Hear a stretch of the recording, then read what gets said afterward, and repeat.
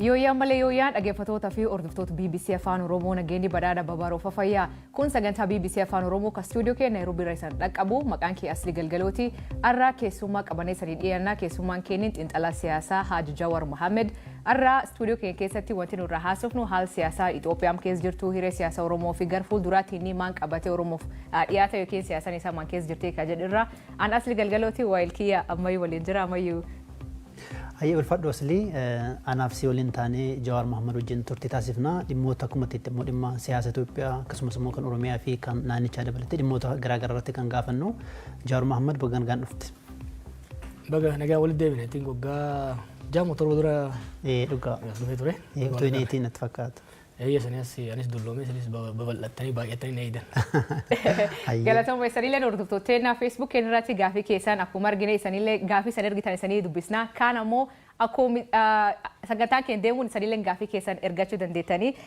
جواريو غافي كين جلق أبا جلق أبني أتين نم سياسة بكما إتوبيا كيسا فدنيا كيسا لتو قدو بكمو وغاسا دي دورا يجي ماني آتي باتمو قدوم جاليفت أفور بافت شوف مو مانت لالتي ندلو مري كمان يرو دداتيت يرو الماني دابوتي بيس ركوا ما كيس تورتي ماني داستا واني يادا توريف يوم باي مالين غورا كايو ماري اجا توري مكالو جينيسي انا في روسن لولي تيغراي ريف تيكو هار غلفتا اوروميا كيس لولا ما توري نمونا كينيا باني دوبچون ابيد بلولا جرورت بوا دبلو وان تيف جالي سودان دويدا دوبان حالا نجينيا رتي كاموتا ولولا جران ديبا وجودان أمانسي سودان كسمس هواس الدنيا كما دبلوماسيتين توم سوداني بيجي تيجارنا كات تبي سوداف جالي سودان دوبان يالي قد ويا يا دجور راين جالي غارو ين كان ديبستي هاسو جلق أب غاف من الأتباعات وانتي تبرسي تولين جدول أبتيا كوان كرتنا ما نام أرارسو أك ميديا ساتورتي أما مود ين كان باتي موتوما كلاتين كيك أجرت ما تجيرم كون سينجي بيسنت أجندان قدام كان تاوكا بوناجا وقوت لمان لما ولك دبرانيف أفاني نهاجل لسو بريسو دبتشو عدي سمالي هيرمان نجمان قرا توري أوروميا كيستيس نانو ليبرا كيستيس أرارة كلوفوف كامت موتوم ماس كالتيران كنما هونو تدبلوماسي بيسنت رتريبا كواچو دندان كاني gama lixaa jiranis kan gama bahaa jiranis bahaa jiddu galeessaa jiranis biyyoota adda addaa keessa deemuudhaan hogganoota biyyoota arguudhaan qaamota dippiloomaasii arguudhaan hunduu gama isaaniitiin dhiibbaa akka godhu tumsa barbaachisaa kan godhu irratti jechaan ture. Dhiyeenya egaa Pretooriyaa irratti uummata Tigraay fi federaala booda araarri godhame booda hamma tokko abdiin ture. Amma garuu dhiyeenya kana wanneen argaa jiru gama nagaatti deebi'uudhaaf fedhii akka hin jirre yeroo bitachuudhaaf malee rakkoo biyyattii marii araara dhugaatiin political settlement jennu saniin gara araara dhugaatti ce'uudhaaf fedhiin jiru guyyaarraa gara guyyaatti hir'achaa deemuu isaatiin arge. Kanaaf mootummaa sossoobuudhaan kadhachuudhaan amansiisuudhaan gama dirree nagaatti deemuun akka hin danda'amne waan hin waddeef gama hundaan dhiibbaa irratti godhu pressure irratti godhu coercion barbaachisaa ta'e waan natti mul'ateef ana qofa osoo hin ta'in warri dhageettii qabnu hundumtuu nagaa kana buusuudhaaf dirqama guddaa kan qabu gahee guddaa kan qabu kan rincicaa jirus mootummaa waan ta'eef mootummaa irratti dhiibbaa godhuun barbaachisaa jedhee waan yaadeef gara sana deebi'e. Kan wal qabate tarii bakka amma jiru Naayiroobiidha. BBC Naayiroobii Keeniyaadha jira. Jireenyi keessa erga yeroo dhiyootes Keeniyaa ta'eera. Maalii fi amma dhaggeeffattoonni keenya kana nu gaafadha jedhanii irra deddeebiidhaan nu barreessu. Jireenya baqaara jirta maaf Keeniyaa filatte kana dura Itoophiyaa seentu reeffa kiyya qofatu baa Itoophiyaa jettee turte. Ana mallee jiraatuma Itoophiyaati. Itoophiyaan jiraadha garuu Keeniyaa irraa hin hojjedha. Keeniyaan biyya bareedduudha. Biyya hojiin baay'ee irratti hodhamuu danda'u. Jiddugala dippiloomaasii naannoo kanaa taatee Finfinnee dursitee deemaa jirti. Hojiin kiyya immoo hojii kana waan hojiin dhuunfaa kiyya hojii hariiroo addunyaatiin international relation wal qabatu waan ta'eef Finfinnee caalaa asitti sochiin irra mijata. Kanaaf as jira malee baqadheetii miti. Yeroo yeroon ji'aan akkas Finfinnee deddeebi'a maatiin kiyya jiru malee baqadheetii miti. Kana dubboo Baqqala Garbaan nageenya kiyyaaf na yaadda jedhanii Ameerikaa dhaqanii eegasii koluu galtummaa gaafachuu isaanii ifa godhaniiru. Tarii rakkoo yaaddoo nageenyaa qabdaati. Yaaddoo nageenyaa nama dulloome. Kana caalaatu na hidhanii kana booda du'uma yoon du'es waan gaabbii guddaa irraan qabu. Sanii migeeyyanas na galche. Dhugaadhaa akka inni dhaaba'een gaaf tokko gara irreecha hoggan deemu jeequmsa guddaa uumanii ijoolleen eegdus gara waggaa tokko hidhan. San booda waahillan paartii keessa wajjin jirruuf manguddoota biyyaanis mari'annee biyya san keessatti yaaliin gaaf san godhan deebisanii jeequmsa galchuudhaaf. Akkuma isin jee yeroo hidhaa ba'etti sababa kiyyaan rakkoon tokkollee rakkoon biyya sanitti akka deebi'u hin barbaanne. Kanaaf gama Naayiroobii socho'uun hojii kiyyaafillee akka irra wayyaa asin sosocho'ee namoota arguu hin danda'a. Finfinneetti sosocho'ee nama arguun baay'ee ulfaataa ture. Kanaaf hojii kiyyaaf akkasumas immoo sababa kiyyaan rakkoon biraa kan uumamne jechuun biyya kana filadhe jechuudha. Gam siyaasaa yoo deebinee wanni ati reef wanni dubbachuu jalqabee fi dhiibbaa siyaasaa uumuu fi rakkoon Oromiyaa keessa jirtu mootummaan fakkeessuu malee marii araara kana fedhii isaa buusuu akka hin qabne dubbatte. Fakkeenyaaf Oromiyaa keessatti rakkoon guddoon jirtu mootummaa fi waraana bilisummaa Oromoo jidduutti. Dhiyen kan kati barreessitee ka fedhii hin qabne mootummaa malee waraana bilisummaa Oromootiin iti jette. Qabii kun lamaan akka waliin dhageenya akka daariin buune maaltu danqa? Garaagarummaa qaban turanii marsaalee lamaan Tanzaaniyaatti godhamee hordofan ture. Qaaman akka namni jedhu achiin turre garuu haala mijeessuu keessatti keessan ture. Wal shakkii fi wal hubannaa dhabuun gamalachuun jira. Dhiheenya kana garuu marsaa sadaffaa akka godhamuuf yaaliin dippiloomaatota bal'aan godhamaa ture. Yaalii san kan dide waraana bilisummaa Oromooti miti. Kun mootummaadha. Sobuun hin barbaachisu jechuudha. Dhugaadha sossobnee maal goonee araarsuudhaaf hin yaalama. Yeroo ammaa garuu hin barbaachisu waraanaan cabsinaa gariin harka kennee nutti galaa jira. Kan ni cabsina jee kan marii araaraa hin barbaadu jee mootummaa Itoophiyaati. Kun waan dhoofamuu qabu miti jechuudha. Maaliif irra qaqqabaa yoo deemnu taate fafakkeessan akkasii sun inumaa humna itti horaa dhokachaa akka deeman godhaa jira. Kana isaa jiru san qofa osoo ta'e naannoo Amaaraatti illee humnoonni naannoo Amaaraa araaraaf qophii qabnaa jedhan. Ani yaadattan barreesseen ture humnoonni naannoo Amaaraa araaraaf qophii ta'uu qabu jennee dhiibbaa yeroo goonutti dippiloomaatonni dhaqanii yeroo gaafatan toleedha isaan. Kan duuba deebi'ee chirichaaruudhaan tokko tokko wajjin tokko tokkoon keessaa bitachuu barbaadu ka araara dhugaadhaatiif gattaa'uun barbaane mootummaadha. Mootummaan amma jiru waan barbaadu maal seeti. Lola kan Oromiyaattis, Amaaraattis, Tigireettis ka uumamuu dura garaagarummaa siyaasattu gara qawweetti nama geesse. Qawween uummata keessaa baatee nageenya akka uumamuu ka barbaadamu taate sababni ijoon sababni bu'uura lolatti nu geesse suni furamuu qaba. Mootummaan kana furuun barbaadu. Mootummaan maal barbaada? Cinaadha fangoo kennee, cinaadha mallaqa kennee, kaan sossobee, kaan dirqisiisee harka kennisiisuu barbaada malee gadi taa'ee marii araaraa gochuun barbaadu. Kun immoo gaaf tokko Jawaar galfachuu danda'a, gaaf tokko ammayyuu galfachuu danda'a, gaaf kan aslii galfachuu danda'a. Garuu lola biyyattiif sababa kan ta'e rakkoo siyaasaa furuudhaaf mootummaan ammatti fedhiin qabu jechuudha. Garuu uummanni galuu jira, waraanni garuu jira akka gabaas garaagaraa irratti arginutti godinoota garaagaraa irraa waraanni bilisummaa Oromoo galuu jira jedhanii gabaasanii kunin jijjiirama fiduu danda'a nageenya Oromiyaa keessatti fakkeenyaaf naga buusuu danda'a. Waan tokko ifaa ta'uu qaba. Oromiyaa keessatti Itoophiyaa keessatti namni tokko qawwee qabatee bosona keessatti akka hin barbaadu. Osoo hunduu galeen barbaada. Har'a warri mootummaa nagaa jettee inni jettu tuni gaafa dubbii waraana bilisummaa Oromoo kaasuun biyya alaan ture. Abiy Ahmad aangoo qabatee ji'a tokko hin turre. Gaafa marroon waraana qabatee Eertiraarraa naannoo Wallaggaa galu ijoollee 30 qofa isa bira jira. Gaafa Abiy aangoo qabatu jechuudha. Gaafa sanirraa kaanee yeroo waannu maal jechaa turan torban lamatti daaraa goonaa jedhan. Yeroo 20 torban lamatti daaraa goonaa jedhanitti duula godhan. Akka waan ibiddaatitti bal'ataa Oromiyaa wal ga'ee jechuudha. Maaliif amma wanni amma galchaa jiran kun bu'aa buusuu hin danda'u maaf hin jedhe. Ani godheera bara. 2019 ammayyuu hin beekan interviina godhaa ture yeroo sanitti. 2019 waraana marroo jala jure keessa walakkaa ol galchine. Gaafsanis daba mootummaatiin akkasumas shakkii warri adda bilisummaa Oromoo qabuun waraanni hammi tokko hafe waraanni sun dacha amma bal'atee Oromiyaa seenee jechuudha. Waraana cinaan irraa muranii galchuun kuni yeroodhaaf olola torban tokkootti faayidaa qabaachuu danda'a malee yoo har'a namni 500 gale rakkoon siyaasaa dhiibbaan siyaasaa dargaggeessa kana bosona galche sun yoo furamin har'a 500 yoo gale borummoo 50 bosona galaa jira jechuudha. Nam 100 maqaa waraana bilisummaa Oromootiin Oromiyaa keessa jira bara 100,000 dargaggeessa kana kan dhiibee galche siyaasa marrooti miti. Waan marroon ideoloojii addaa qabaateef miti. Ajjecha hidhaa dhiibbaa bulchiinsi Oromiyaatiif federaala mootummaa Itoophiyaa irraan gahutu dargaggeessa kana bosona galche. Dargaggeessi kuni bosona akka galu kabiraan immoo deebi'ee akka hin seenne yoo barbaadamu taate rakkoo siyaasaa jalqabumaa lola seensisan furuun dirqama ta'a. Akkuma jettee duraan ati leeyaa yaalti barkum 2019 gaafa sammuu bu'an buufne warri deebi'ee bosonaa deebi'e kaan hin hidhamanii kaan hin ajjeefamanii gabaas jedhutu jira.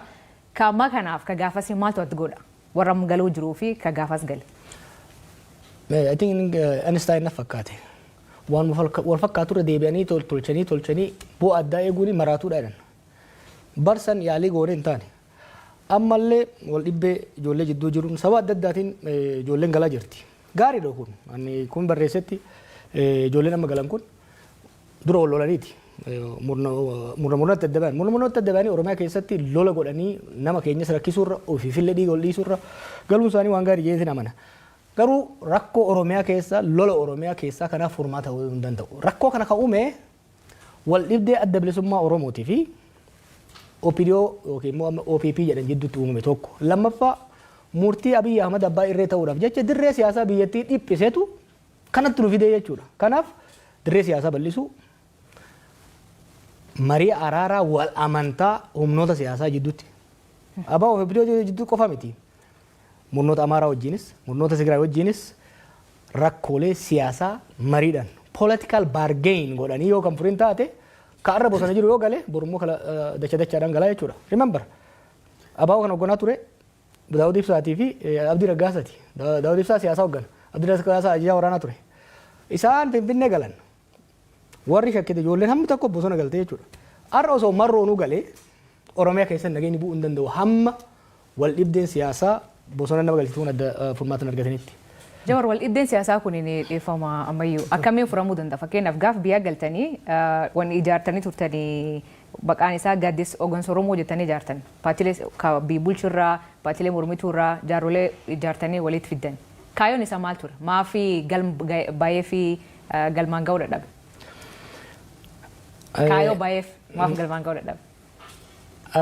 Maaltu jira fakkaate akka nuti yaada turree fi akka itti abiifaa yaada turan gargar ture. Nuyi sirni abbaa irree EPRDF dadhabee kufee qabsoo uummataatiin kufee warri jijjiirama hoggannee gara fuulduraa dhufes nu warri jijjiirama finnes amma booda walii tumsine wal hubanne walii obsine biyya gara dimokiraasii ceesa hawwii jedhu qabna turre hawwii saniin deema turre. Isaan garuu karoora biraa qabaachaa turan. Ifa ture jalqabu warraa jechuudha mormaan ture koo beektu. Adadaan isaan irree abbaa irrummaa cimsachaa deeman. Nummoo yaalii irree isaanii san hamma tokko dhiibbaa irra goonee daandii baaburaa gara dimokiraasii geessuurraa akka hin baaneef shaakalaa turre jechuudha. Deemnee ka yaalle sunis wanni hin ta'iniif maali nu gaman harkifne isaan gaman harkisanii gaaddisnillee bifa saniin laamsha'uu danda'e. Kanaaf rakkoon kana ture. Asirratti xiyyeeffatamaa waa dabaluudhaa fi warri mootummaa maal jedhu akkuma nuti dhufnee aangoo qabanneeni mormiin mataan isaa ta'u gargaarsa biraatiin isaa ta'u paartiilee mormituu waggoota dheeraa falmaa waan turee fi amma carraan keenya aangoo nuti dabarsituu qabdu jedhanii aangoo irratti hodhanneedha. Kanatti paartiilee mormituu irra deddeebiidhaan qeequ. Maal deebiin kee? Aangoo nuti bee wayyaan irraa fuudhee harka isaan kaa'e. Osoo barbaanne aangoo maal argatu? Dhugaa yoo dubbannu taate jiru Daawud jira Leencoo jira yoo barbaade Abiy waggaa 20 bulchu. Garuu tokko gaafiin uummataa akka deebi'u. Lammaffaa sirna demokraatawaa sabaaf sablammoota biyya sanii haqa isaanii bifa walqixxummaadhaan kabachiisuu danda'u. Fiduu qaba. Yaaliin hanga ammaatti murnoota adda addaatiin aangoo irra qabataniin sirna abbaa irree tursiisuudhaan yaalame biyyattii laaffisa. Hariiroo hawaasa biyyattii sanii addaan fageessa. Jeeqaa waan deemeef bara amma aangoon Oromoo harka seenee jedhamu kanatti a better model, a better vision. Biyya saniif qabaachuu qabna yaada jedhuun jechuudha. Warra gaafsa isaan gargaaree dhiisi warri isaan irraa shakkii qabaachaa ture. Daawud Faanis ta'ee warri biraatis aangoo isaanii hin barbaanne soba kun. Yeroo sanitti aangoo mootummaa kanaa osoo barbaadame hin argatan jechuudha. The principal natu murteesse hunda isaanii caala it was me OPDO'n keessaa humni jijjiirama aangoo qabachuu qabaa jennee kitaaba keessatti hin agartan. Warra TPLF wajjin negotiate goone ugee bitu sam. Hin turre bare isaan hin sobu warri garaagarummaa qabna hogganoota Oromoo bifa adda addaa wajjin jiran. Kanarratti garuu namni yeroo sanitti aangoo nuu kennaa jedheen hin jiru.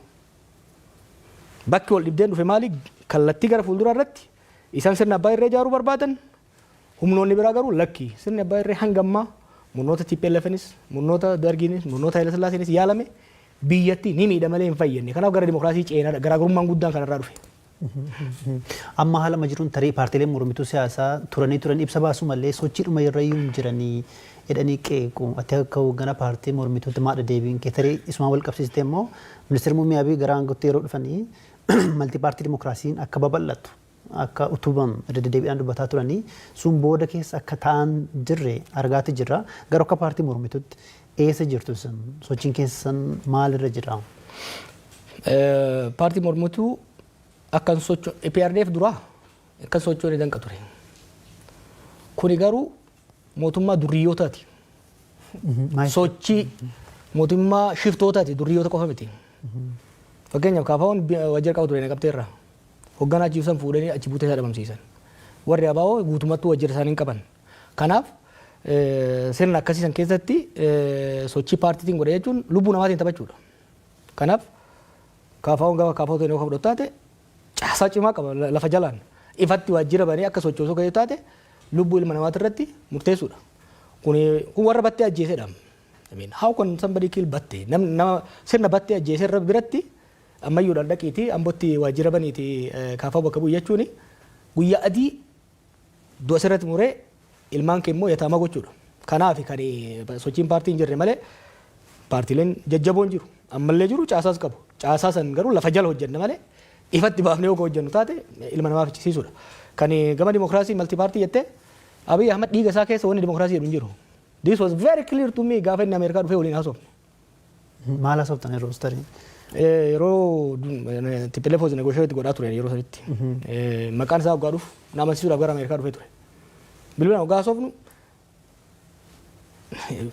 I think on the second phone call sirna mootii ijaaruu malee sirna dimokiraasii ijaaruudhaaf hawwis karooras fedhiis akka hin qabne naa ifa ture jechuudha. Yoo yaadattan wanni mormaa ture kanarraa ergan biyya dhaqee immoo itti dhiyaadhee baay'ee yaale.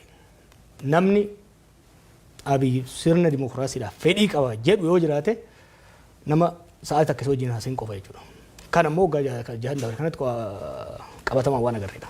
Akkuma jecha Jawaar kitaaba keessatti walgahii kan keetiif kaabii bal'inaan ibsita gaafa inni Ameerikaa dhufe wantoota keessa ibsitu namni achiin akka hoogganaa Prime Minister biyyattii ta'uu isan feetan akka warra gaafa sochii sun geggeessetti Lammaa Magarsaa yaaddanii Abiyyiin ammoo gaafas akka Chief of Staff ta'utti jetteen atin sunitti rakkoo sanii ta'e sunitti relationshipiin keessa akka hin hojjenne yookiin haaloo si ba'uuf fakkeenya hidhamti fa'aa jettee yaadda? Garaagarummaan keenya fundamentaalii Oromiyaa fi Itoophiyaa ani uumuu barbaadu akka uumamtu barbaaduu fi Abiy uumuu barbaadu garagara. Ani Itoophiyaa fi Oromiyaa uummattoonni isii keessa jiran haqi isaanii eegamee wal marii negotiation hogganoota isaanii gidduutti godhamuun sirni dimokiraatawaa sabdaneessaa itti ijaaramu uumuuf hin qabsaa'e ijoollummaa kiyyarraa kaasee. Abiy immoo abjuu haadha isaatirraa kaasee mootii Itoophiyaa ta'uu mootii qorkee sirna abbaa irree ka gubbarraa inni gattaa'ee hamma qabaleetitti namni isa faarsaa isaan dhaatataa jiraatu ijaaruu barbaada. That was very clear to me from day zero. Yeroo sana amma namoota hundatti ibsaan ture. Including maatiin kiyyaa'u boleetiin tiyyata akka amma egaa namni hedduu mirgaa inni gara aangootti dhufusanii qeequu itti fufnaa aboon irraa callisii nu amma Oromoon aangoo nu qabatee jira. Mee kanumallee rahaa ittiin goona ittiin gammanna dhiisii naan jechaa ture. It was very clear. Garaagarummaan keenya kanarraa ka'eeti kan dhufu. Hidhamuunis ta'ee wal diddaan hunduu kan dhufu fundamentally wal view society nuti uumuu barbaannu garaagarummaa waan qabuuf. Tarii amma gaaffii duratti kaasee irratti waa'ee ministeera muummee waa dubbatteetta. Erga biyyatti galtee booda immoo mootummaa kana kursii jalatti eeguu qabna bilisoomne irras jechaas turte. Tarii sama duratti jettee hojii waliin faallessu. Maaltu ta'etti fakkaate? Kophaan ta'e yeroo mormu san uummanni mormitoonni manguddoonni dhufanii waajjiratti nuu ta'eera wayyaanummaan adeemtu malee Oromoo haa ta'u malee abbaan fedhe aangoo qabaatu na cinqan. Ofii shakkee beektaa inni naaftee ofii fangoo barbaadde ofii akkuma dhiiroo Sirba mammaa Oromoo tokko jira beekta. Umarii sirba nafa kudha tokko ta'anii wajjin manaa bayanii kudhan garana goree tokko gana goree eenyuun maraatee isaan beekamu. Ofii shakke I said maybe I'm wrong. Maybe waan hin agarree gurbaa kanarratti uummanni argaa jira. So let me give it. Jiru warri amma kana waliin haasofnee murteessine. Let me give it a try. Akkasii okay. Yoo adattan gaafa nyangoo qabate boolesii nyangoo qabattee mi'aayee wanda dabarte amma dandeenyu walaa gargaaru. I decided okay gufuu ta'uu hin danda'u. Waan hin beeku hojjennoon kiyya kun jiru ta'e hamma danda'een haa tumsu yaada jechuun biyya gale waggaa tokko oliif day and night gargaaraan ture karaa deebisuudhaaf hammama yaalaa deemeen garuu milkaa'uu hin dandeenye. Kanaaf nan rakkadhe gaafas I have to try something saniif inni jedhe. Asilitti dabarsuu kun dura akkanuma siyaasa tokkotti Itoophiyaa bulchuuf yaada qabdaa. Yoo jara kanarra hafte dhugaan siin jaa. Maal jechuu? Anaalojii makiinaan jiru tokko jira beektaa? Akka jarri kun amma itti deemuun yoo rabbi nu gargaare malee biyyi tuni biyya turtuu biyya hiddisii gaffagaattuu taate beektaa uummanni biyya sanii garaan si nyaata. Uummata miskiina beektaa uummata fayyaales wallahi uummata nagayaati beektaa. Biyya kanatti agartanii waggaa taaksiin parsantii 2 waggaatti dabalamu akkatti biyya raasan. For 2% gaazaa irratti saantiimii 10 waggaa dabalame. Uummanni isaanii yeroo ammaa kana taaksii parsantii 300 hanga 1,000tti dabalanii milishaan miila bitaatiin isa dhiitaa uummanni kuni biyyi irratti hin diigamanii hamtuun kana caalaa natti hin dhufin yaada jiru irraa ka'eeti nagayaan bula jechuudha. Uummanni sun garaa nama nyaata. Kanaaf hamma danda'een biyyi tuni sirna kanarraa akka haftu. We need to have a country. We need to save our country. Missioning generation kana is to save Ethiopia from Abiy Ahmed. Maaliif akkaataa jarri kun keessattuu Abiyyi fi murni isa wajjin deeman ittiin deemaa jiranii we might not have a country eega isaan deeman booda. Laali warri TPLF fi warri Malasillee hamtu turan. I fought them. I know them very closely. Nan beeka jarsanis. Jarri suni hin kijibanii yoo kijiban garuu kijiba si amansiisuuf kijiban malee hin amanan. Jarri kuni kijiba si kijiban san ifiifillee amanan. Jaalama dura biyyan ture. Argeen ture qondaalota gurguddoo. What's very scary wanni nama sodaachisu waa biyya sanii amma fagoo kana seettanii sun gaazexeessota waan biyya sanii waan agamu hubattan baay'ee jira. Waa'ee diinagdee waggaatti kaafte akka waan dammaaf aanan mana hunda keessa yaa'aa jiru. Qananiin biyya hunda ol ga'ee maal rakkoon diinagdee ati haasaa jirtu. Ilmi namaa garuu Finfinnee magaalaa jidduutti waan nyaatu hin qabu. Gaafan dhaqee jaartiin tokko arge. Jaarsi doktora waggaa 15 hojjeteera. Jaartiin narsiidha waggaa 10 hojjetteerti. Remember the highest earning professionals. Ijoollee fi waan ittiin barsiisan ufiifummoo waan ittiin even ijoolleedhaaf nyaata gahaa ittiin geessan rakkataa jira jechuudha. Rakkoo akkasiisan keessatti akka waan qananiin jirutti deemaa jiran jechuudha. Naannoon Amaaraa practically harka mootummaan jiru. Oromiyaan practically harka mootummaan jiru.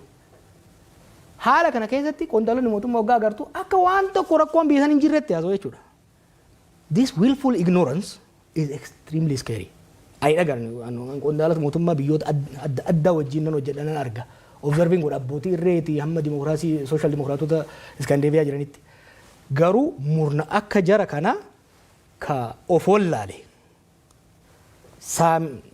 saamicha qofa malee ifiif saamuun alatti biiti harkatti dhumte Finfinneetti galte. The state has shrunk. State capacity mootummaa tokko sirna mootummaa tokko kan meejor godhamu lafa biyya san keessa jirtu keessa hammam takka to'ata. Humna mootummaa alatti humni biraa hidhatee socho'u jiraachuu hanqisuudha. With all the measurement the state is shrinking. Finfinneef naannoo isii qofarratti ta'uun ifa irra dhaabanii calaqqisiisaa oolan tana alatti harka isaaniitti baateerti biitti.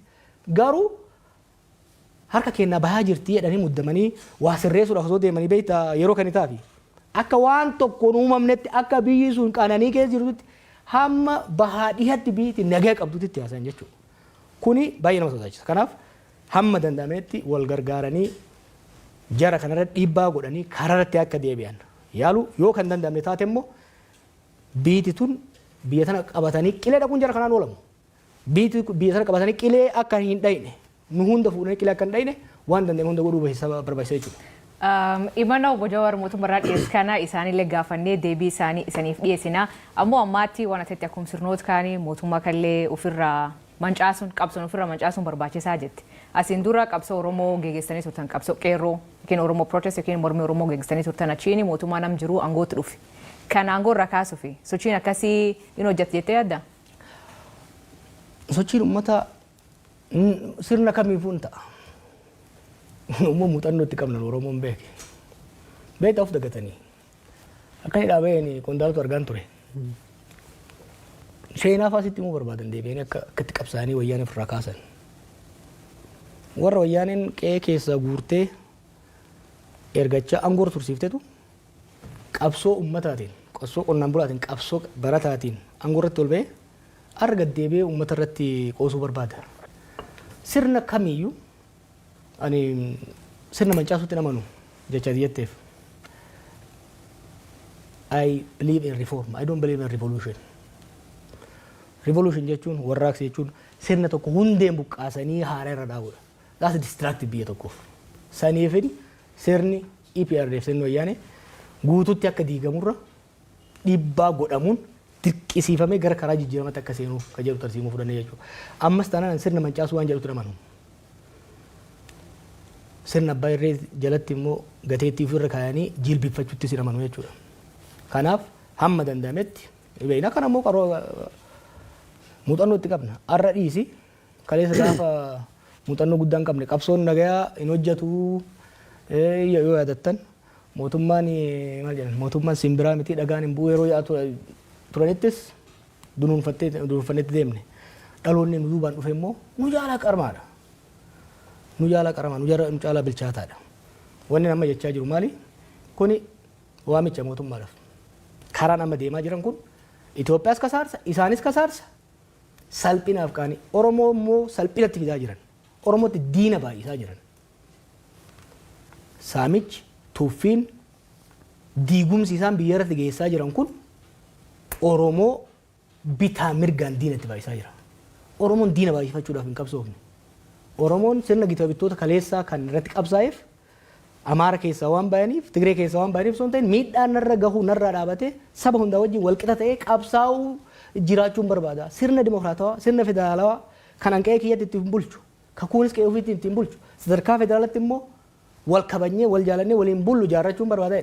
Har'a maqaa Oromoo dahataniit keessattuu deenjariin amma deemaa jiru. Oromootti fayyadamti. Kan irraa kaan si gaafachuu barbaade mootummaan kun kan jedhamu mootummaa Oromoo jedhan. Namni hedduun akkasiin jedhee yaama warri biyya keessaa fi warri biyyoolaaleen mootummaan Itoophiyaan bulchuu jiru mootummaa Oromoo jedhan. Mootummaa Oromoo jechuun kun uummata Oromoof bu'aa yookiin miidhaa qaba.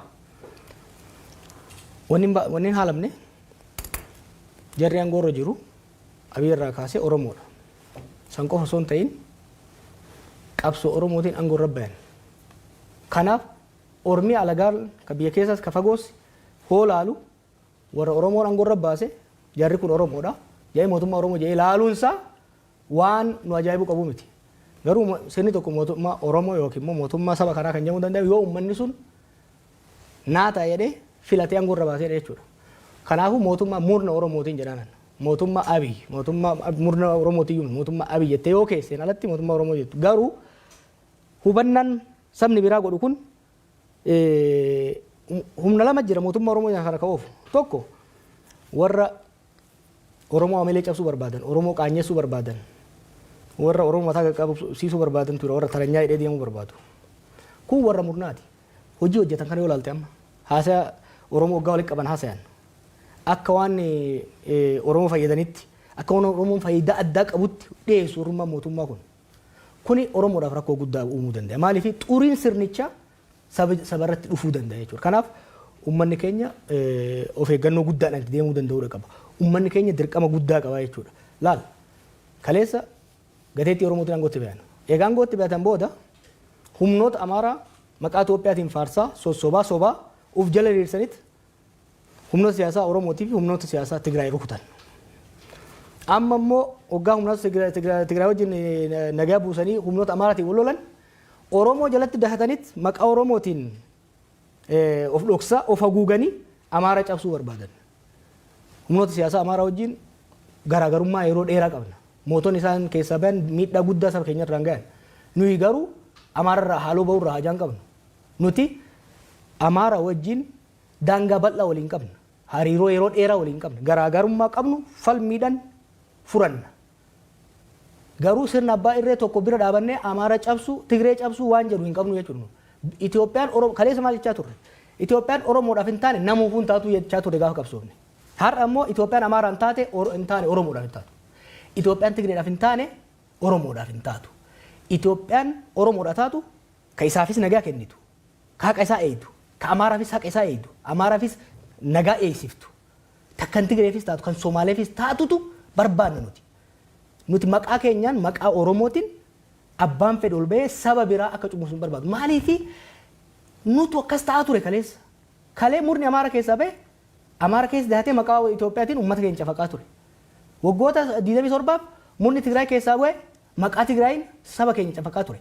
Har'a immoo madaan nurra gahe maddaa saba biraatti irra gahuu hin hayyamnu jechuudha. Kan dura dhaabachuu qabnu. Maaliifi kana yoo callifne rakkoo uummata Tigraay irra gahe hubachuun barbaachisaadha. Boru gaafa sirni kun kufu waliin akkan kufne. Garee Alawaayitii jedhamu jira Siiriyaa keessa. Waggaa 50 wayiif maatiin Alasad isaaniin of marsee maqaa isaaniitiin uummata saba bal'aa biyyattii cunqursaa ture. Har'a yeroo isaan kufan uummanni sun rakkina hamaaf saaxilame jechuudha. Kanaaf Oromoon sirni kun gaafa kufu maqaa isaa nyaatee akkan kufne of eeggannoo guddaa godhuu qaba jechuudha. Amma filannoo biyyaalessaa waggaa dhufu taasifama jedhamee eegama. Ni hirmaatta akka paartiitti jechuu kiyya. Achiin waa gahu. Ilma keenya jedhee haa gahu filannoo kana dura irratti paartiin ati keessa miseensa turte boykoot godhee kun hin hirmaanne tarii filannoo ta'an irratti amma ilaalcha siyaasaa baay'ee dhiyeessaa jirta. Erga mana hidhaatii baatee booda immoo tasgabbooftee gidduu dhaabattee dubbataa turte. Egaa dhiyootti immoo mootummaa baay'ee qeeqaa jirta. Akka kana dura yeroo aktiviizummaa yookiin immoo ala teessee mootummaa qeeqaa turte sana fakkaata ilaalchi kee gaafa ilaalee jedhu tarii filannoo dhufu irratti hirmaachuun kee hagam mirkana yaada akkasii qabda. Kun siin jee achiin nu hanga maaliif siin jee si fakkaate. Haala qabataa amma Itoophiyaa keessa jiruun filannoo godhuu hin danda'amu. Dachiin biyyattii parsantii 70 ol harka to'annaa mootummaa jala hin jiru jechuudha. Filannoo gaggeessuu hin danda'u. Xaa'oo bar mootummaan fidee riphee loltoota uummata araabsaa. Torban dabre kan naannoo Amaaraa keessa konkolaataan takka socho'an turre. You cannot have an election where the state does not have a control over the physical space.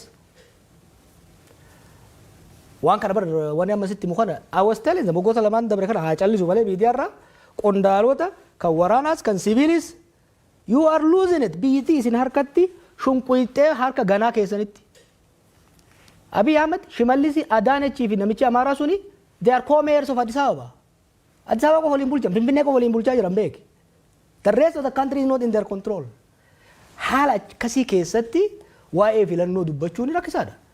Maaliifi filannoon tokko legitimacy qabaachuu kan danda'u yoo xiqqaate constituency bakka namni irraa filamu 2/3 keessatti filannoon gaggeeffamuu danda'a. Danda'uu qaba jechuudha. Haala ammaatiin parsantii 30 keessattuu filannoo gaggeessuu hin danda'amu. Oromiyaa fi Amaara keessatti particularly increasingly South keessattis jechuudha. Kanaaf priority Itoophiyaa ammatti filannoo miti. Ana waa'ee filannoo kaasaa ture waa'ee dimokiraasii waa'ee kan advocate godhaa ture ana miti. Maal jedha Oromoo gama maaku mataa jirutti sabbata maran. Yookiin immoo maal jettan warri Booranaa ka maran kan ruufa maranii. Ruufa maran. Yoo mataan hin jirre ruufa maran. Itoophiyaa mootummaan harka hin qabne keessatti filannoo gaggeessuun hin danda'amu. So first thing first we need to restore peace.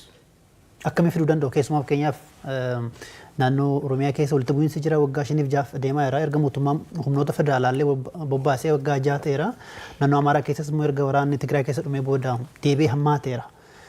Rakkoowwan walitti bu'iinsawwan naannolee lamaan keessa jiran keessaa kamtu furuuf cimaadha akkaminis immoo furamuu danda'a walitti bu'iinsawwan Itoophiyaa keessa jiran kun wantoonni ijoo hojjetamuu qaban maal akka nama siyaasa tokkotti tokko lama sadeetti wanni itti tarreessuu dandeessu. Furuudhaaf fedhiin jiraannan furuudhaaf laafaadha. Akkamiin? Biitiin carraa guddaa qabdi. Tokkoffaa namni lola ifatee jira. Maaliif lola ifatee si fakkaate? Itoophiyaan lola keessa turteerti erguma uumamte irraa kaasee. Bara Haile Sillaasee lolli ture, bara Dargii lolli ture, bara IPRDF haamul xiqqaatu malee lolli ture. Lolli hagammaa godhamaa ture qarqara irratti. Ogadeen keessatti, gammoojjii Baalee fi Harargee keessatti, Eertiraa keessatti. Lolli waggaa jahan dabree kun immoo handhuura biyyattiitti godhamaa jira. Oromiyaa keessatti shawaadha.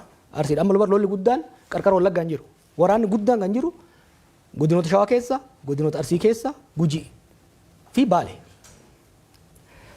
Jiddu galeessa. Amaara keessa lolli kan godhamaa jiru. Dur Amaarri PRP keessa Qaaraa garas gara daangaa Sudaanii lolaa ture.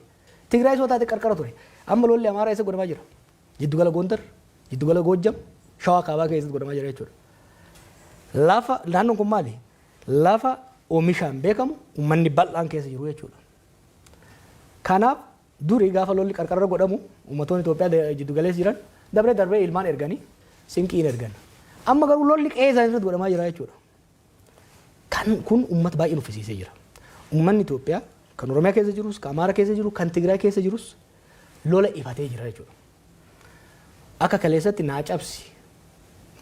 Uummanni Itoophiyaa keessatti maraatu saayikoosisii ture from 2019 to 2022. Amma sun fayyee namni amma araara barbaada uummanni akka uummataatti. Lammaffaa riphee loltoonnis bifa yaadan saniin deemuu akka hin dandeenye hubatanii jiran. Kabiraa hawaasni addunyaa biyyoonni ollaa keenyaas ture ta'e kan fagoo jiran biyyi tun addaan faca'uu heddii jedhanii sodaa guddaa keessa jiran waan jiraniif bifa danda'ame hundaan tumsa nuu gochuudhaaf araarri akka dhufu tumsa nuu gochuudhaaf qophiidha. An kana waanin kallattiidhaan beekuuf dubbachuu hin danda'a jechuudha. Kanaaf biyya keessatti there is a peace market uummata jidduu. Biyya alaatti deeggarsa cimaa argachuu dandeenya araara fiduudhaaf. Maaliif biyyi Itoophiyaa jedhamtu kun akka facaatu kan barbaadu hin jiru.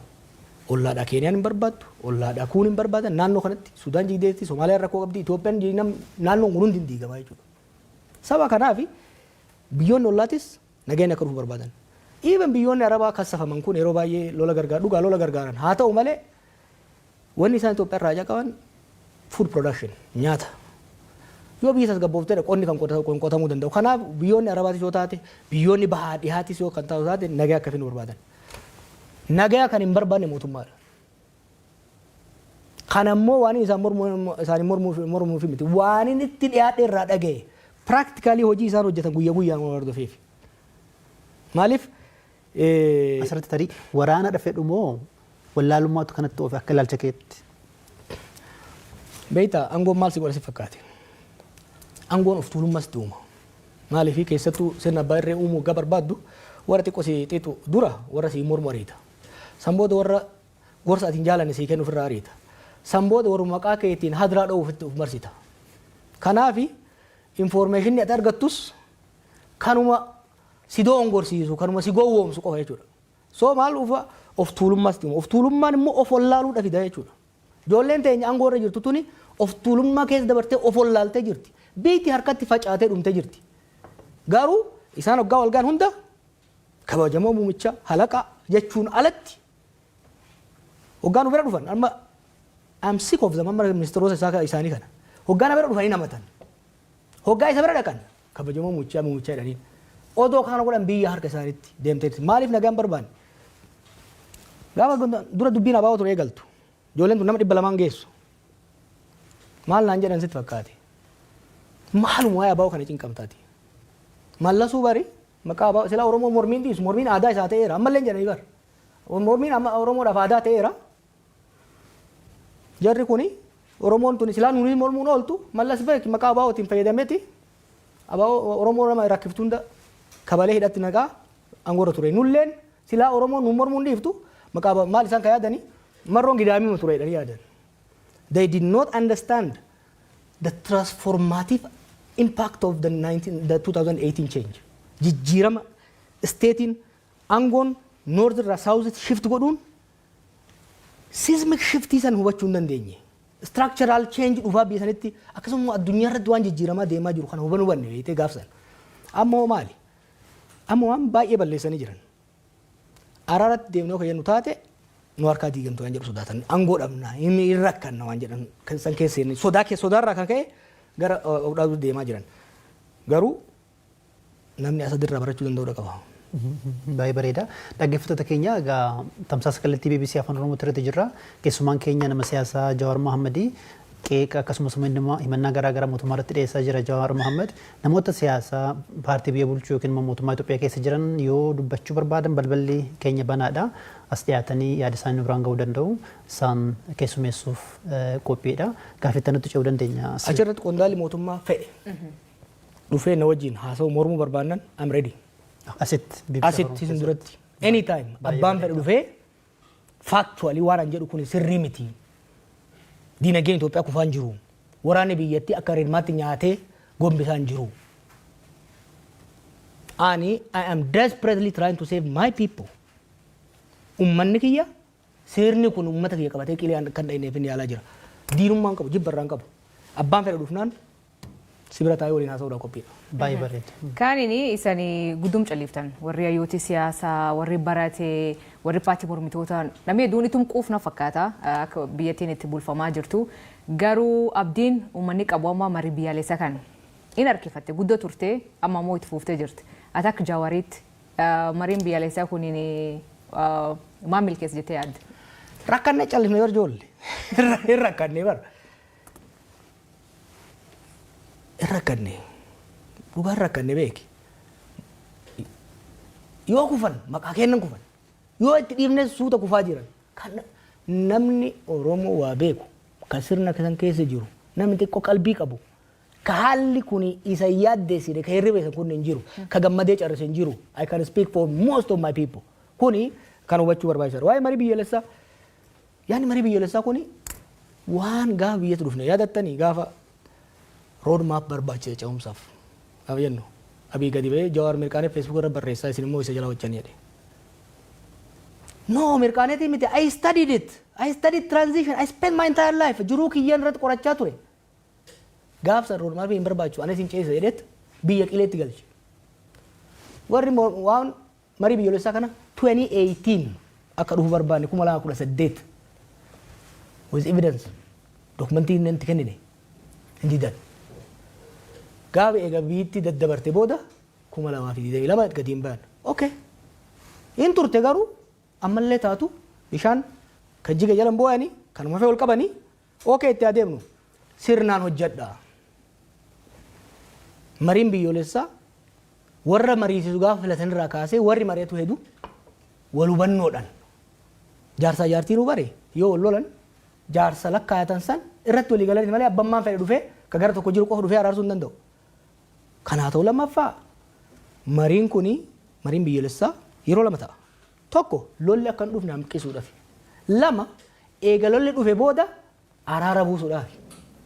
Yeroo sanitti lolli ho'aan jira. Tigraay wajjin lolli godhamaa jira. Oromiyaa keessatti lolli godhamaa jira. Helaa jarana. Marii biyyoolessaa itti dhayina. Mee dura qawween sagaleen qawwee haa dhaabbatu.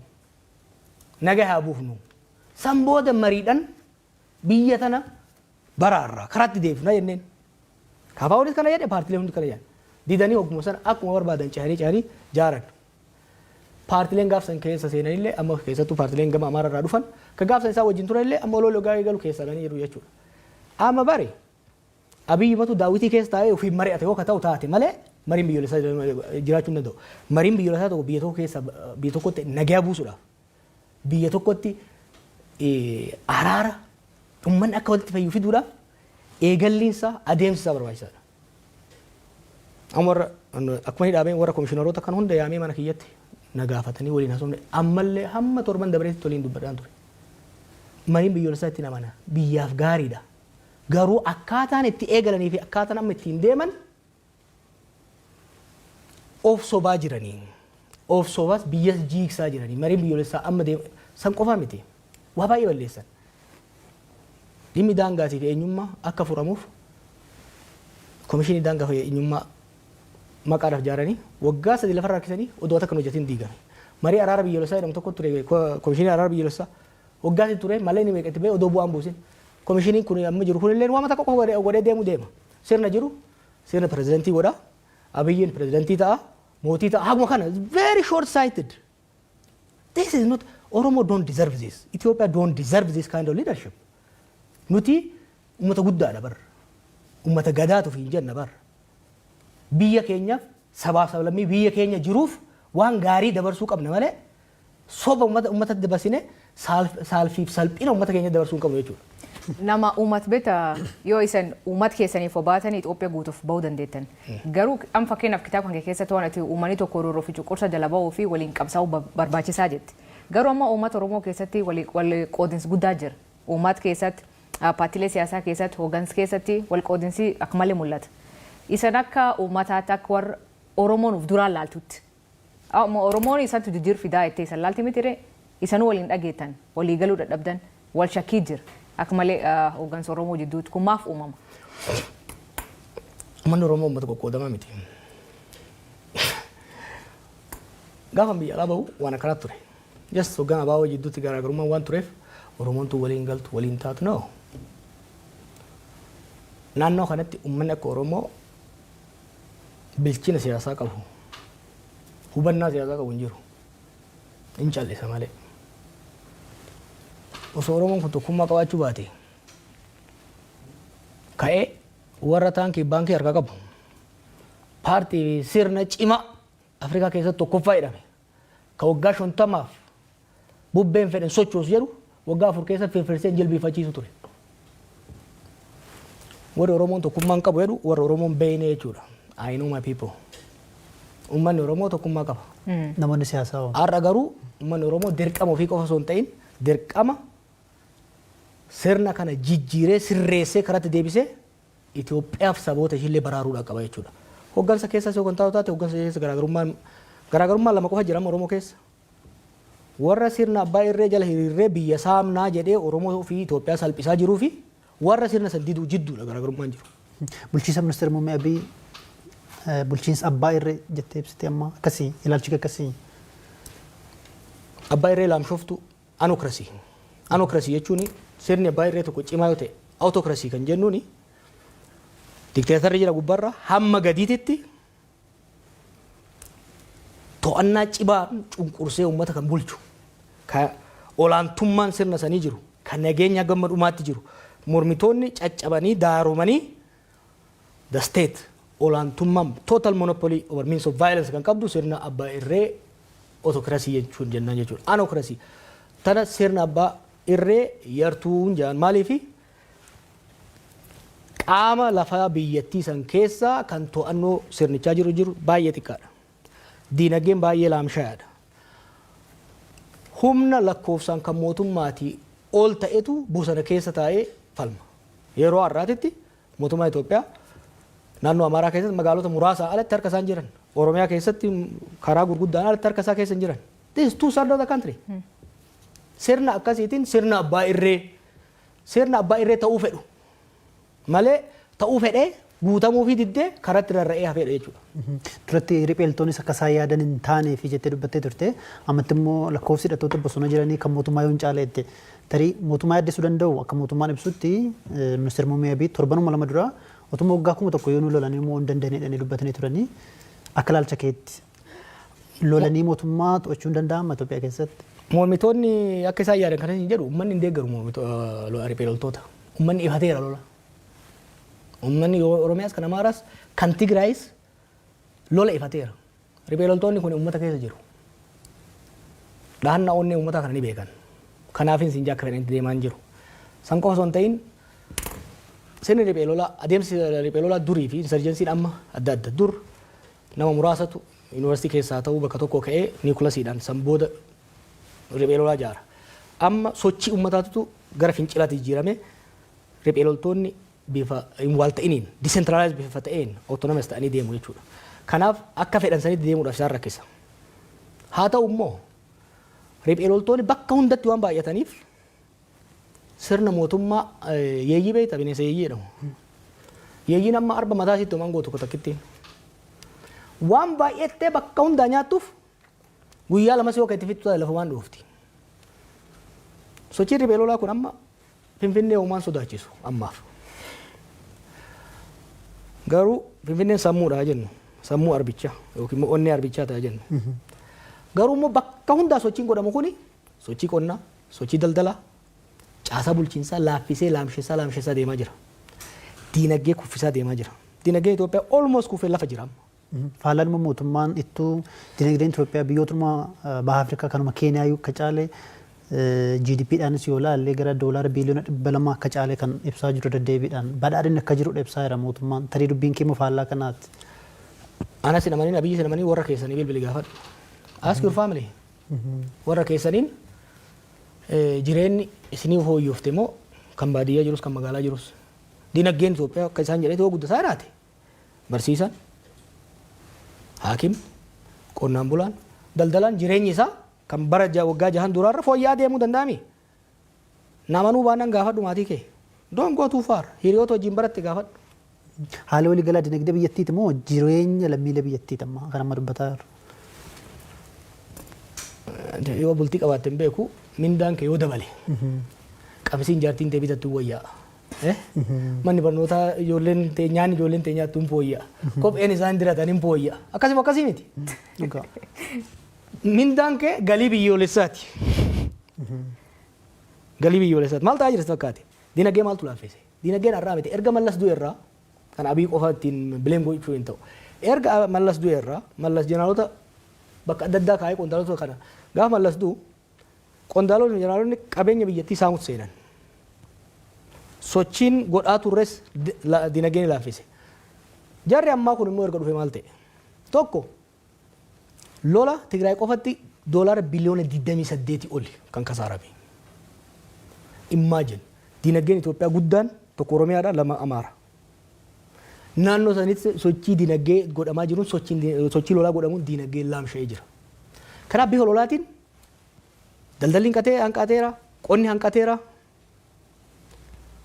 Sababa lolaatiin immoo investimentiin biyya keessaa ta'e biyya alaa qaqal'atee dhaabbateera. Tun balaa lolaati. Maallaqa xiqqoo irraa haftee maal godhaa jiran? Beeta mangistii cululuqaa ittiin ijaaranii. Riizoortii isaan qoftii fi araboonnii fi warri biraa dhufanii wajjin bashannan qofa ittiin ijaaranii. Maallaqa xiqqootti hafteen. Biyya tokko keessa biyya tokko kan guddisu investimentiin mootummaa garan deemuu qaba. Productive sector kan jennuun qonna irratti deebi'uu qaba. Faabirikaa irratti deebi'uu qaba. Yeroo har'aas Itoophiyaan beeta mangistii ijaaruu miti kan isiin malu. Warshaa xaa'oo ijaaruu qabdi turte. Deengadda oduu tokkoon arge. Itoophiyaan warshaa sukkaraa mootummaan warshaa sukkaraa 8 qaba. Tokko qofatu hojjeta. 7 dhaabateera. Maaliin dhaabate beektaa? Malawaawwaca spare parts doolaara dhabane waan ittiin bitan. Maaliif? Doolaarri biyyattii kaan lolli dhabamsiiseera. Kaafe masaraa mootummaa fi riizoortii bashannanaatiif bahaa jira jechuudha. Kanaaf dinagdeen biyyattii laamsheera. Lolli maal godhaa jira? To'annoo mootummaan qabu harkaa fuudhee dinagdee keessattuu gama baadiyyaatiin jiru. Remember qabeen Itoophiyaa sochiin Itoophiyaa guddaan qonna. Qonni dhaabateera. Kanaaf maali ayyaana waggaa irratti I think waajjira Adaanaatti waa sana fakkaata. Shunkurtii Taanzaaniyaa irraa fidan. Imagine Itoophiyaa maaliif shunkurtiin Itoophiyaa Taanzaaniyaa dhufa beektaa? Naannoo maqii kana naannoo laga Awaash kana ka shunkurtiin maaliin kuduraa fuduraan irraa dhufu. Sababa lolli naannoo san jiruun dhaabateera jechuudha. Kanaaf maal godhaa jira? Lolli kun maal godhaa jira?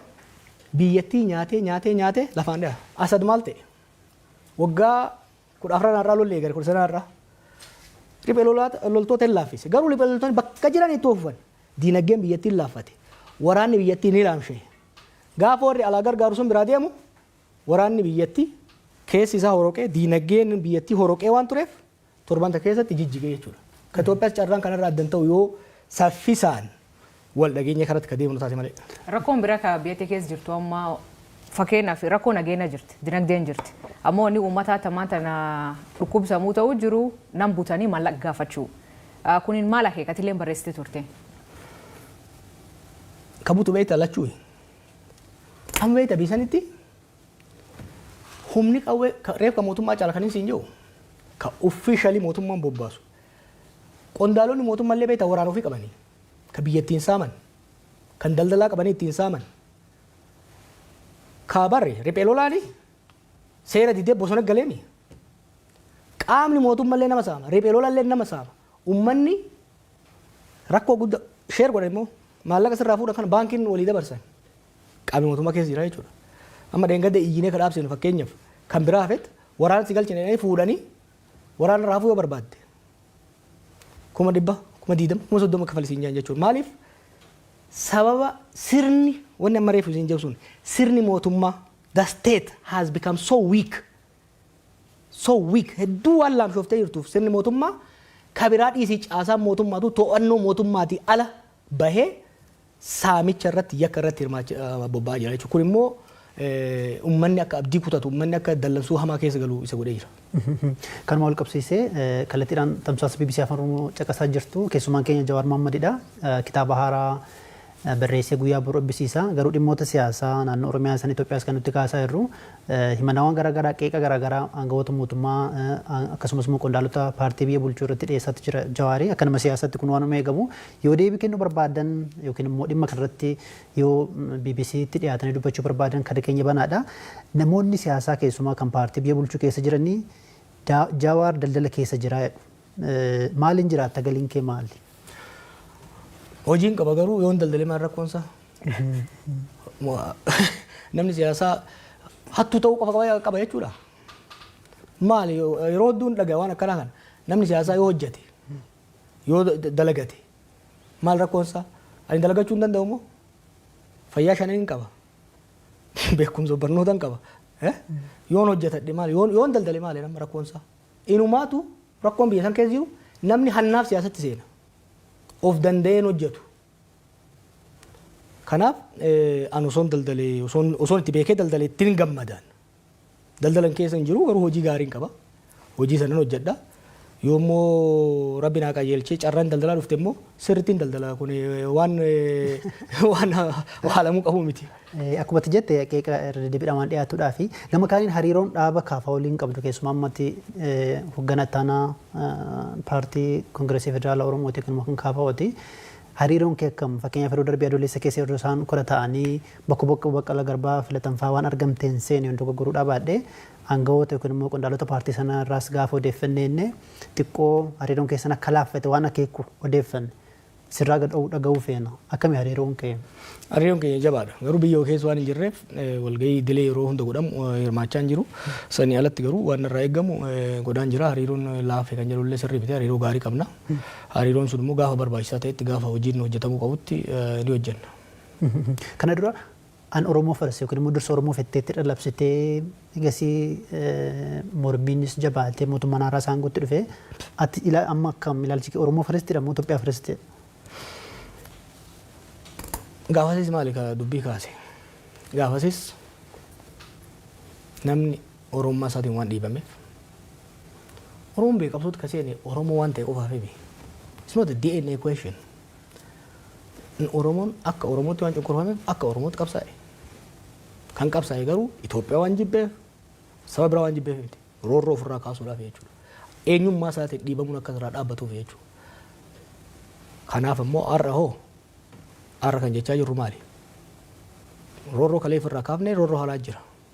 Kan ammaa kan immoo kan hammeessu kalee gara tokkoon dhiibamaa turre. Har'a gama lamaan miidhamaa jira Oromoon. Gama tokkoon sirna ofii hangoorra baaseen ajjeefamaa saamamaa salphachaa jira. Gama biraan immoo saba murni kun Oromoo ta'e qofaaf badii inni saba biraa irratti hojjetuuf Oromoon immoo abaaramaa balaaleffatamaa jira jechuudha. Gama lamaan rakkataa miidhaa gama lamaa keessa jirra jechuudha. Kanaaf ilaalchi kiyya maali? Itoophiyaa Oromoofis saba biraafis haqa eegdee wal taasiftee walii tumsiiftee dimokiraatawaa taate jaaruu irratti fuulleffadhee hojjedha jechuudha. Gaaffiin namoonni hedduun amma karaa Feesbuukii nu gaafachaa jiranii Jawaaronni san nu gaafatanii waa'ee du'a Caaluu irratti nu gaafadhaa jiran gaaffiin du'e sanillee gaafa suma hidhamtanii waan du'e sun irraa waan beektan qabdani. Akkuma beektu kan Hacaaluun ajjeefamee borumtaa isaan hidhame. Amma nu wadhu kitaaba keessa barreessee jira. Odeeffannoon qabu kan ragaa ittiin qabne immoo barreessine. Du'a Hacaaluu ni qoratama. Har'as ta'uu baatu boru ni qoratama. Dhugaan immoo ni baha. Har'atti odeeffannoon ragaa qabatamaan hin jirre baasuun ragaa san dhoysuutti waan nama geessuuf waa baay'ee keessa yeroo adda addaa nan gaafatamaa seenuun barbaadu. Gaafa tokko garuu qaamni walabaa ta'e dhaabbatee waan ta'e tokko tokkoon akka deemu. Wanni ani beeku garuu erga gurbaan ajjeefame irraa kaasee qaamni mootummaa dhugaan akka hin baaneef dhodhoisaa hedduu godha akka ture ifa sammuu kitaaba keessa kaa'ee jira. Kan inni sorry ammayyuu ka bal'inaan gaafatamuu jiru waa'ee laptop kan kee kaa'atu obbo Lammaa Magarsaa kenniti. Eegi laptop itti kennite obbo Lammaallee dachuma as buuteen isaa dhabamtee laptop kan keetii fi waan obbo Lammaan keessa jiru maal qabda? Bil laptop itu narra naftu. You see, we tried, but biyya sanitti wanni xiqqoo tokko yeroo tokko na aarsu maal akka ta'e beektaa? Yeroo san na sodaatu turan. Akkam biyyatti hin galle jaarsota irratti ergan. Dhufuu dura isaan achi dhufuu dura akkam biyyatti hin galle akka nafu. Waan biyya dhufee aangoo irraa fudhatu itti fakkaatu ture. Akkan aangoo irraa isaanillee hin barbaanne. Akkan isaanii tumsuu heetu. Hubachiisuun qaba laaptooppii keessan kenne. I was disarming qabsoo qeerroo fillee symbolically kan hin barbaade qabsoo filee as geenye amma jara aangoo irra dhufe kana jeequrra tasgabbii isaan dhabsiisurra mee yeroo kenninee fi hamma dandeenyetti kabnee qaqqabne qaawwa isaanii cuccufne haa deemnu symbolically sodaa naasuu yeroo san abiifaa keessa jiran keessa baasuufin bifa saniitti kenne. Haala lammaa odoo gaafattanii wayya fayyaa akka qabu nagaa akka qabu Awurooppaa akka jiru nan beeka dabaree wal quba qabna lammaan nama galaa taate Oromoodhaaf hin gaabbu kitaaba keessaa kan hin jiru tokko lammaa deeggaruu hojjetu hin gaabbuan. He is a decent human being. Akka Oromoon barbaade dhumarra godhuu baatus sirna kana wajjin taa'ee Oromoo ajjeesuun sabaaf sablammiidhaan walitti naquun Oromoo qaaneessuu didduudhaan keessa bahuu isaatiif I am proud of supporting him. Wanni hin gaabbu namni baay'ee maaliif hin gaabbu jedhan. Wanni hin gaabbine keessaa tokko gurbaasan. He is a good human being and he is a good Oromo, a good Ethiopian. Gaafa nama akkasitti deeggaru san ani akka namni jedhu lammaan beekuun ture. Dhugaa hariiroo hin qabnu turre. Yeroo takka lama waasofnedha. But I feel I'm a good judge of character. He's a decent human being. And har'as taanaan namoonni baay'een of course maal calliseedhanii miti. Saba miidhurra akaakayyuun kiyya tokko maal jedha? Waa tolchuu dadhabde waa balleessurraa of qusachuu danda'uun waan gaariidha. Kanaaf an ammas I have a huge respect isaaf. Okay, wal quba qabdu jechuudha. Yes. Tole gaaffii tokko dabalee gasii booda asilitti dabarsa. Amma rakkoo baay'eetu jira Itoophiyaa keessa akkatti kaaftee akka nama siyaasa tokkotti political economic immoo siyaasa diinagdee akkamitti wanna kanaaf furmaata fiduu danda'a? First thing first. Karaan irra deemamaa jiru qileetti nu galchee akka jiru balaa hamaa keessa biyya galchee akka jiru amanuu gaafata. Dongorri guddaan misoora siyaasaati. Ololli qaama siyaasaati. Siyaasa keessatti wanti hamaan olol ofiitti amanuudha. Hoggansi siyaasaa tokko propagaandaa ofiitti amanuu eegallaani ofis biyyas kasaarsa. Ethiopia is not on the right path. It's on the path to disaster. Abiyyi fi jarri isa bira jiru kan amananii fudhachuu danda'u qaban. Haalli Oromiyaa keessa jiru, haalli Tigraay keessa jiru, haalli Amaaraa keessa jiru harka mootummaati ala bahee jira. Kuni maal gaafata? Araara gaafata. Ani ni beekta. Humnoota bosona jiran kanaan nan qeeqama. Tarii kana dhabamsiisuu barbaadanis baay'ee Oromiyaattis Amaarattis. But this is not personal. Garuu bakka bu'ee sitti himuu nan danda'a. Humnoota hidhatanii deeman kana amansiisuun ulfaataa miti nagayaaf. Ijoolleen hedduun isaanii qabsaa'ota mirgaati bar. Marroonfaa waggaa 20 abii dura waggaa 20 qabsoo keessa turan. Zammana kaasee fa'aa Eertiraa turan. At a minimum they know what they stand for. Karaa tarsiimoo isaan hordofan irratti waliigaluu dhabna malee ilaalcha isaan qaban irratti waliigaluu dhabna malee at the heart biyyi akka diigamtu fedhiin qaban. Onne I can speak with confidence ijoollee nan beeka ijoollee kana. Wal falmaa turre wal beeyna wal loluu dandeenya. Ultimately garuu haala amma biyyi keessa jirtuun nagaa ala falli biraa hin jiru jedhanii tamanu. I challenge Abiifa. And I will bring ijoollee kana amansiisuudhaaf itti gaafatamummaa nan fudhadha. Nagaaf akka ta'aniif. Oromiyaa qofa osoo hin ta'in ka Amaaraas dabalatee. Ni amanu jedhee amanan biyyi akka diigamtu barbaadan. warri mootummaa beetii harka isaanii diigan. Maali maraatuun akkana? Maali maraatuun na'an baramma? Okay, gaafa duraan gotti dhufani muuxannoon hin jiru. Wanta tokko itti fakkaatuu danda'a. Dargaggummaan jiraachuu danda'a. Amma hoo maali? Amma maali? After 6 years of disaster namni xiqqoo mallee dhaabbatee lolaaluu danda'udha qaba. Kanaaf falli jiru maali? Garaagarummaa siyaasaa jiran daandii siyaasaa irratti waliin mari'atanii furuudha malee. The clock is ticking. The clock is ticking. Abiyyeefis biyyaafis the clock is ticking.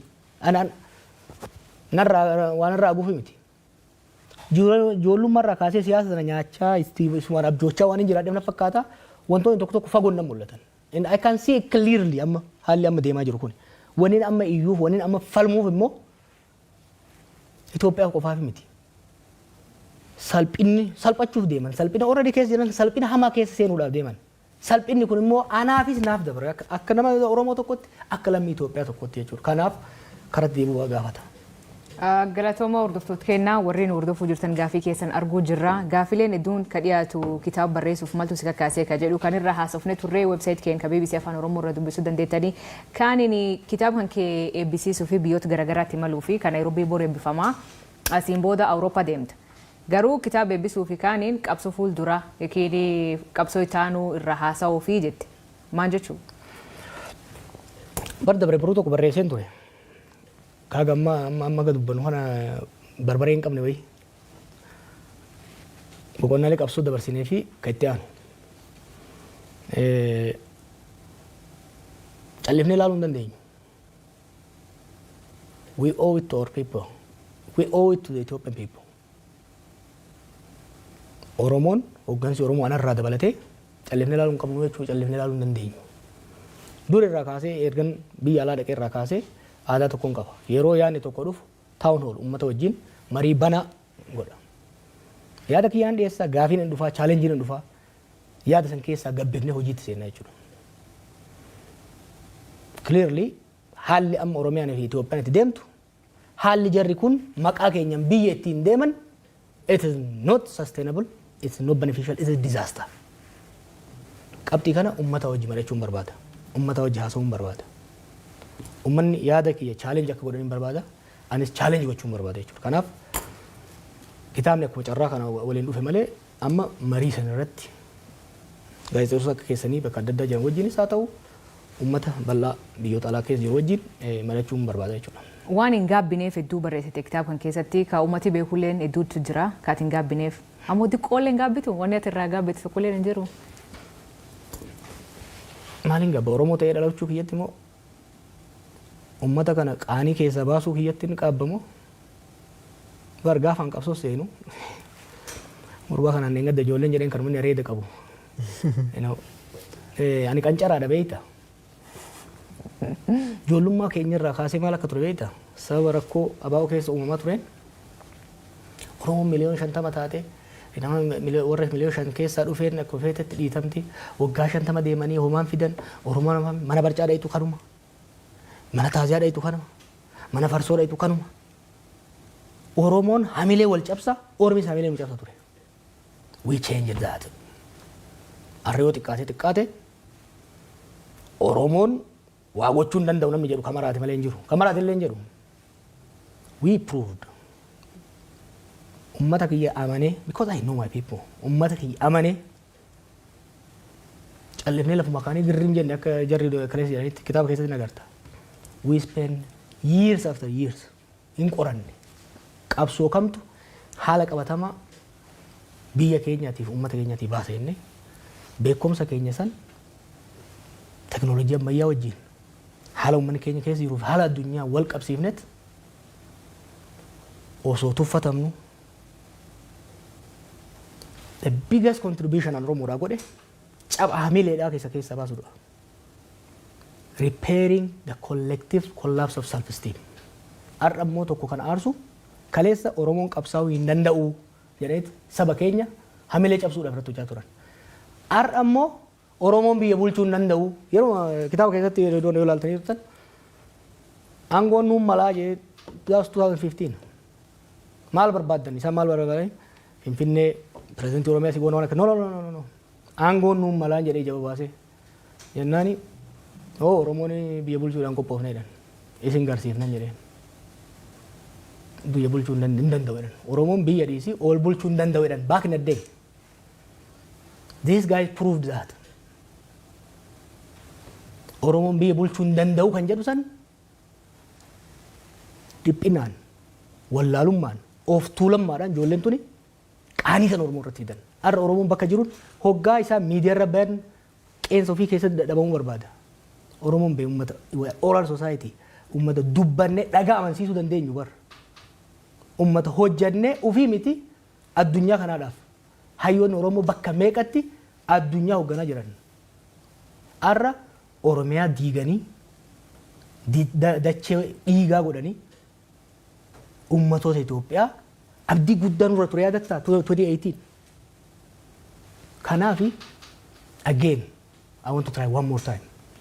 Uummanni keenya hamileen isaa akka hin cabne. Uummanni hamileen isaa cabe bara baraan salphata. Hamilee uummata keenya eeguudha. Kanaaf dongoroon hojjedhe jira yaa. Baay'eedha. Bagan dongoroo hojjedhe immoo. I was young. I was energetic. Kottee baay'eedhaan jedhe. Baay'een seene. But I delivered. Anaaf warri wajjin hojjenne waan uummata keenya waadaa galle deliver godhaa geenye jechuudha. Kanaaf maaliif hin gaabbu jette? Akka hin gaabbu barbaadan ana qofaan beeke. I'm speaking on behalf of Oromos. Akka gaabbinu barbaadan. Hin gaabbinu wanni gaabbinuuf hin jiru. Itti yaadne hojjenna hojii dongora keenya irraa hin baranne hin sirreessina itti deemna. Ammas yoo taate ammoo warri hedduun sirna kanaan gotti hidhuu keessaniif hin gaabbitanii hin gaabbinu. Hin gaabbinu. Jallaa ormaa kaafnetti jallaan keenya dhufe. Jallaa kana kone hundiriirsinaa yoo karaarraa kaafna simple. Diriirsuun danda'ama. Ni Allah dinnaan munni hogga jallate ibidda keessa. Hin beekan kazara akka tolchan hin beekan tolchan hin jiraami. Ibidda keessa. Yookiin jallata yookiin caba. Jallatee garuu itti fufuu hin danda'u jechuudha. Dubbii karaa akka nu badheetti amma adeemsa kana dura deemaa turte deebistee yaaluudha barbaadda akkasii akka duula qeerroo kakaasanii qabsoo karaa nagaa gaggeessuu wayii. Wanni akkasii hin jiru. You have to be adaptive. Warri hojjettu keessatti. Amma I just want conversation. Haasaan barbaada amman. Haasaan barbaada. Bakka san hin geenye. Karaan qabsoo baay'ee jira. Karaa irra hin deddeebinu. Karaan tooftaan haaraa baay'ee jira. Modern era. Gaafan biyya alaa dhaqu. Generation faaltookii turre. Generation Facebook itu, generation Twitter itu, mali TikTok itu. As technology changes, society keessa waggaa jijjiiramu, strategy keessa waliin jijjiiramu. Anamma achillee jiru. Amma waa'ee qabsootu haasa'an jiru, waa'ee sirna kana goonaa miti. We need to have a conversation akka Oromoo salphannee jirra. We have let down the Ethiopian people. Ummata Oromoo qofa osoo hin ta'in, ummata Itoophiyaa, ummata gaanfa Afrikaa, we have let them down. Liability taaneera. Ummata guddaadha nu. Baay'inaanis teessuma lafaatinis Somaaleen nurraa abdii qaba. Dhaynee lola isaan wajjin seenna. Har'a mootummaan abbii Oromoon hin lola, Amaaraan hin lola, Tigreen hin lola, Eertiraan hin lola, Somaaleen hin lola. No. Oromoon ummata kana hunda wal taasisee wal hin dhaga'ee naannoo gaanfa Afrikaa kana seenaa jeequmsaa, seenaa lolaa keessaa baasee tasgabbeessee hiyyummaa bara baraan uummanni naannoo kanaa hundi ittiin beekamu keessa baasee jaaruuf kan danda'u Oromoodha. Maaliif riisoorsiidha qabna, dhugaa qabna, lafa bal'aa qabna, aadaa qabna, gadaa qabna. Kanaaf wanni nu barbaadnu what I want this conversation amma kan boodatti dhufna ammatti wanni barbaadu warra mootummaatis qeeqdhaan dhiyeessu come on kana caalaa callifnee kufaatii kana caalaa salphina kana caalaa keessa seenuu hin qabnu. I am calling for conversation. Mootummaa wajjinis warri mootummaa ola jirus haasa'uu qabna amma. Gadi baanee dhugaa walitti himnee haasa'uu qabnadha. Ayyee tamsaasa kallattii BBC Afaan Oromoo gama Facebookiidhaan hordofaa jirtu dhaggeeffattoota keenya keessumaan keenya Jawaar Mohammed kitaaba haaraa hin gaabbu jedhee guyyaa boruu eebbisiisa guyyaa kamisaa jechuudha Keeniyaa Naayiroobii keessatti isa booda immoo gara biyyoota Awuroopaas ni mala dhimmoota hedduu kaafne dhimma siyaasaa Itoophiyaa keessa qeeqawwan jajjabaa himannaawwan jajjabaa mootummaa akkasumas immoo paartii biyya bulchuu irratti dhiyeesseera. Asirratti jarri mootummaa deebii kennuu yoo qophii ta'an balballi keenya banaadha. Gara xumuraa tarii dhimma gaanfa Afrikaa kana kaasteetta.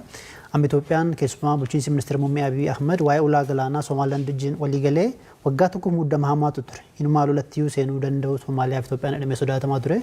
Dhiyoo kana immoo Turkiitti ijaarsummaa Turkiin waliigaltee irra gahameera.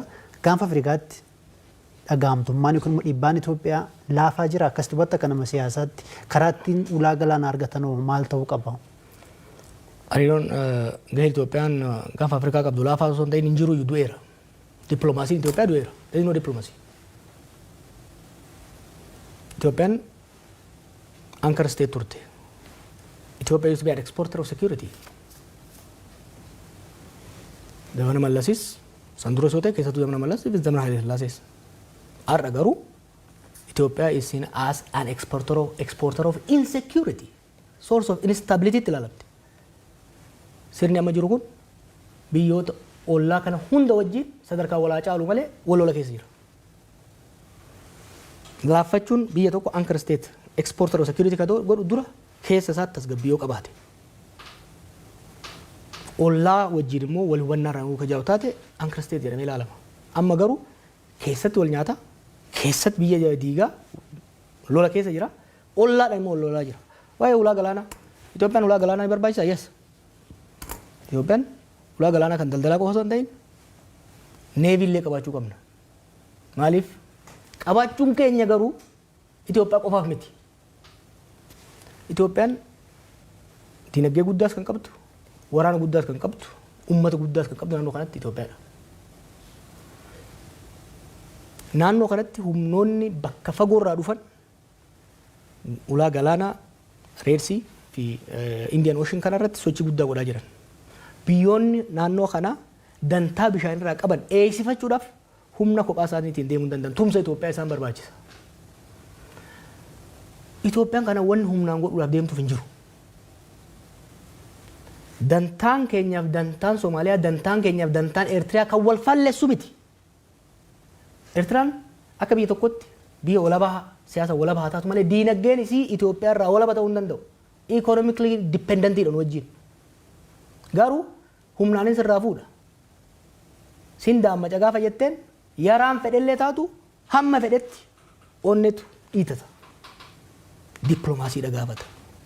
Uummanni Somaaliyaa keessattuu waggoota 6 dabretti an bakka hundatti even yeroo wal mormaa turre Abiy wajjin bakka hundatti Abiy wanta gondifeen godhan ture. Imaammata Somaaliyaa irratti gaggeessuun. Yeroo dheeraadhaaf mootummoonni dhufaa dabran dhimma Somaaliyaa keessa seenanii jeequudhaan Somaaliyaas laaffisanii Itoophiyaafis madda rakkoo ta'aa turan. Abiy waggoota 5 aangoorra ture kana gochuu dhabuun isaa galateeffatamuu qaba ture. Bara dabre all of a sudden waan rakkoo guddaa nuuf Somaaliyaa jidduu osoo hin ta'in sadarkaa addaatti godhamu keessa seenan. Qophii malee, tarsiimoo malee, tumsa odoo hin jaarratiin itti deemame. Bifa adda addaatiin balaaleffannaa dippiloomaasii bahaa dhihaa. Chaayinaa fi Ameerikaan dura wal ta'e. Dippiloomaatiik ayisoleeshinii keessa nu seensisee jechuudha. Dhiibbaan sun amma Abiy harka kennatee akka mallatteessu godhe. Credibility is the currency of foreign diplomacy jedha Tony Blair. Credibility it mootummaa Itoophiyaa sirna mootummaa Itoophiyaa baay'ee gadi bu'ee jechuudha. Kanaaf ulaa galaanaa nu barbaachisaa. Warri didees hin jiru bar. Biyyoonni ollaa jiran kun nu barbaadan ta'e ni daas. Because ikonomii guddaa jira, potentiaalii guddaa jira, uummata guddaa jira. Sochiin daldalaa naannoo kanaa immoo laaffataadha. Nurratti wal loluu qaban turan Jibuutiinis, Eertiraanis hundumtu. Garuu immoo gaafa ati qoma dhawattee nam fudhadha jettee humnaan deemte kafuu hunduu dura dhaabate jechuudha. Kanaaf waan irraa baratamuu qabudha. Dongora guddaatu hojjetame. Rakkoon waggaa 6 kan agarre tokko maali? Yaanni gaggaariin waggaa dhufe akkaataan itti hojii hiikuudhaaf deemamu kan xiinxala bilchaataa fi beekumsa qabu ta'uu dhiisetti jarjarumaa fi hawwiidhaan. Ulaa galaanaa wadaba arganne jedhanii itti uummatatti ce'anii godhuun uummatuma harka dhoofsisuudhaaf jecha wanni godhamu kuni Itoophiyaas miidhaa jira, hooggansa maqaa hooggansa biyya saniitis baay'ee miidhaa jira. Galatoomii sagantaan keenya gara xumuraa deemu jira. Saatiin sii kennaa yaad gabaabaa dabarfachuu dandeettu kaameraan kee kan uummataan haasawuu barbaadde daqiiqa gabaabaa keessatti. Tura uummatti haasaa ture meemmoo. Gammallee uummata. Directly yaada uummata qabaatu. Rakkoon jiru uummata kiyya galmatti fuula isaa keessa ilaalaa ittiin haasa'aa warri BBC hedduu ulfaadha. Akkuma reefu jee an yaadan dura kaayaa jira yeroo barbaadetti qaamni barbaade dibeet barbaannan I'm fully charged and ready. Great. Galatoomatillee yeroo kan kee fudhateen waliin haasa'uu keetii fi baay'ee galatooma. Iyyanis. Galatooma isaaniis hordoftoota BBC Afaan Oromoo kuniin sagantaa keenyaa ka stuudiyoo keenya BBC stuudiyoo Naayiroobii irraa isin dhaqqabu maqaan kee Asli Galgalooti. Aga yeroo biraatti baay'ee galatooma keessumaa keenyarraa Haji Jawaar Mohammed ture. Haji Jawaar xiinxalaa siyaasaa Itoophiyaa keessatti baay'ee beekamoo fi haala siyaasaa Oromiyaan am keessa jirtuu fi Itoophiyaan keessa jirtuu fi gara fuulduraatti maal hojjechuu akka yaadannoof ibsee ture. Isanillee nu hordofuu keessaniif yaad keessanii nu dhiyeessuu keessaniif baay'ee ulfaadha. Am maqaan kee Asli Galgalooti. Haji itti naa dabalte galatoometis. Guddaa galatooma. Ayyee.